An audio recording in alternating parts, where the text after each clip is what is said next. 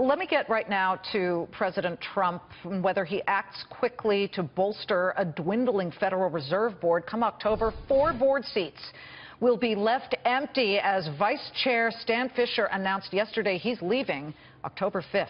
One of the world's greatest money minds worked with Fischer back in the 1990s, Allianz Chief Economic Advisor Mohamed El-Erian.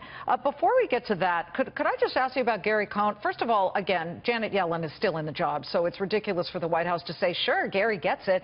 But is there any intel you have and anything you could say about Gary Cohn and running the Fed? I don't have any intel. I can tell you that Gary has a ton of market experience. He's a very good leader. He has once again demonstrated at the White House that he can put a good team around him, and he has a really good feel and sound judgment. So I see him as a very credible candidate, and I also understand why the markets get nervous when they hear that his future in the White House may not be certain.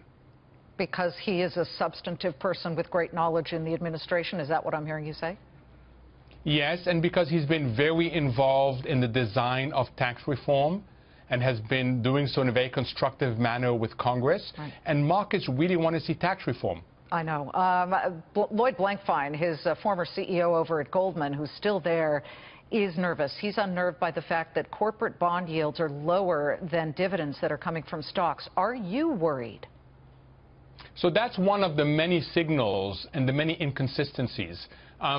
Look at where the 10-year yield is, Liz. It's down to 2.05%. So people are looking at the stock market on the one hand, and they're looking at the bond market on the other hand and saying, hey, wait a minute, they're giving us different signals.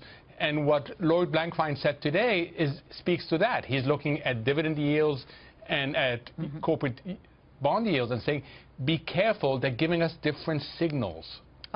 We're about to hear the bell, but I have to ask you, do you see Hurricane Harvey plus Irma dinging Q3 GDP here?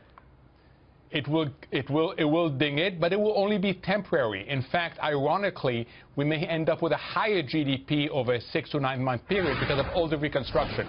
But it does destroy wealth. It does destroy private wealth, and that's an issue we have to keep an eye on. And Mohamed El-Erian says it will be temporary.